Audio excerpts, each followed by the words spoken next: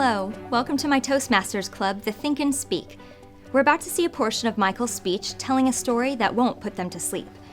Michael is sharing his researching and presenting project. He has asked his evaluators to pay close attention to the way he uses his hands. He has identified gestures as one of the areas he most needed to improve in his last speech. Let's watch Michael's speech. After he finishes, we'll examine how his evaluators present their observations.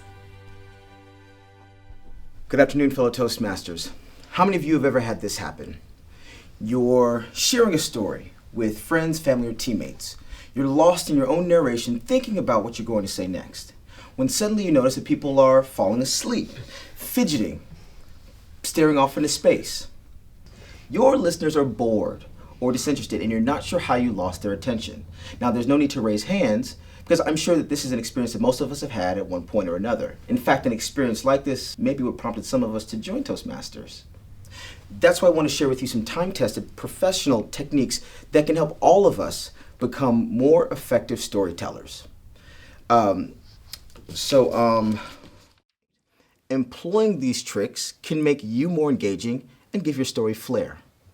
Thank you.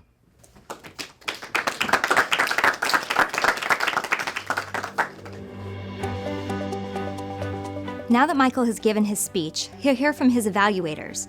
As you listen to them share, consider everything you know about effective evaluations and positive feedback. Ask yourself if they're following the guidelines you've learned.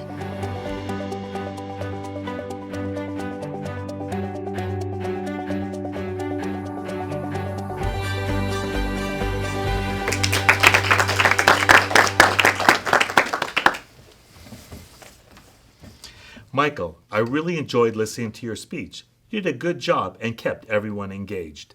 Storytelling is very important, and you gave us some great insight on how to tell stories better. Thank you.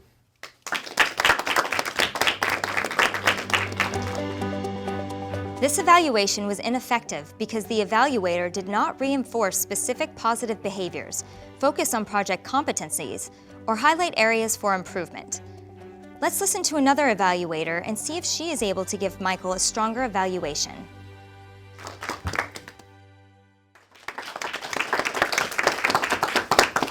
First off, I want to say that this was a very informative speech. You had good eye contact and fit all the important information in the right time frame.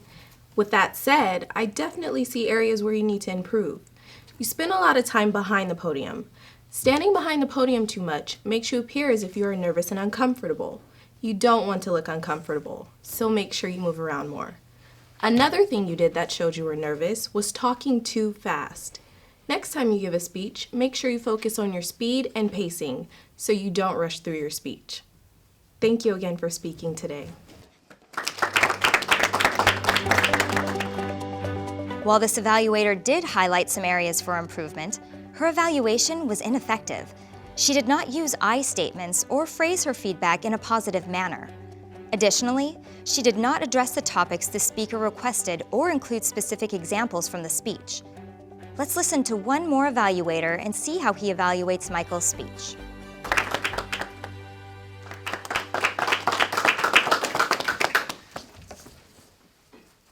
Thank you for sharing your research with us, Michael. That was a well-delivered speech, and I noticed several areas where you have improved since your last speech. The thing that stood out to me the most during your presentation was the use of hand gestures.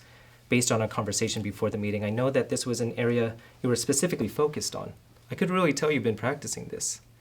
I thought it was particularly effective the way you used your hands to emphasize your opening story about listeners who are bored and disengaged.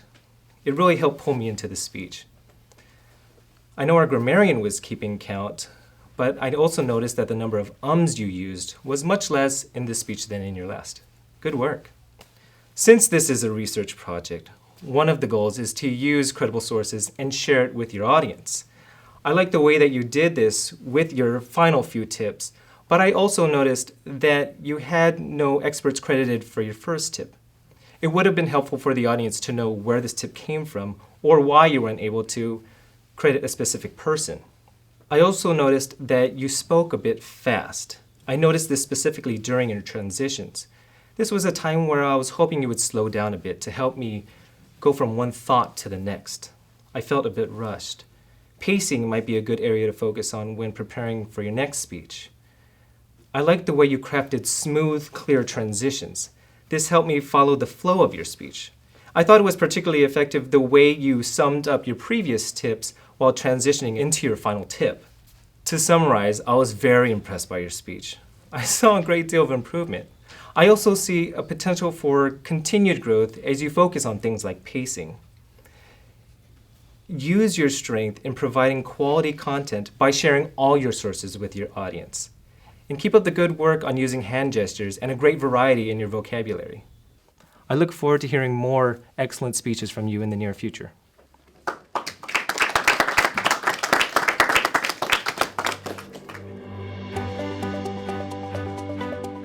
This final evaluator did a great job encouraging and affirming Michael, while also offering helpful insights he can apply to his next speech. Let's review what he did well. As we've just seen, an effective evaluator will provide a full evaluation that is 2 to 3 minutes long. Use I statements that focus on observed behaviors, give specific examples from the speech to support feedback, provide positive, encouraging feedback rather than advice, reference the speaker's goals and the evaluation criteria, highlight the speaker's strong points, and conclude with a summary that affirms the speaker. That's the end of our evaluations for today.